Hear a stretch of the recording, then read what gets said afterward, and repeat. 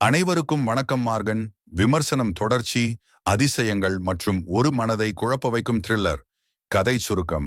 மும்பை போலீஸாக விஜய் ஆண்டனி ஒரு மோசமான தொடர் கொலைகாரனை பிடிக்கும் பணியில் இறங்குகிறார். இந்த கொலைகாரன் சிறியவர்களை ஒரு பயங்கரமான மருந்து மூலம் கொலை செய்கிறான். இது சுட்டு போனது போல உடலை செய்கிறது. ஆனால் கதையில் ஒரு அதிர்ச்சி. இது ஒரு சாதாரண குற்றம் அல்ல. ஆஸ்ட்ரல் ப்ரொஜெக்ஷன், அதிபாரதய சக்திகள், மனதிற்கு வெளியே பயணம், இப்படியான விஷயங்களோடு ஒரு விசித்திரமான த்ரில்லர் கதை உருவாகிறது. நடிகர்களின் நடிப்பின் பங்கு. விஜய் ஆண்டனி போலீசாராகவும் இசையமைப்பாளராகவும், அஜய் திஷன் வில்லனாக திகைப்பூட்டும் நடிப்பு, புதிய ஹீரோவாக சிறப்பாக பதிவுகிறார். சமுத்திரகனி, பிரிகிதா சாகா, தீப்ஷிகா மற்றும் பலர் துணை வேடங்களில் உள்ளனர்.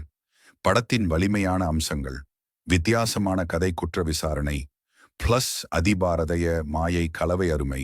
புதிய வில்லன் அஜய் திஷனின் மனநிலை பதற வைக்கும் நடித்து உள்ளனர். லியோஜான் பால் புகழ்பெற்ற எடிட்டர், முதல் முறை இயக்குனராக வெற்றி.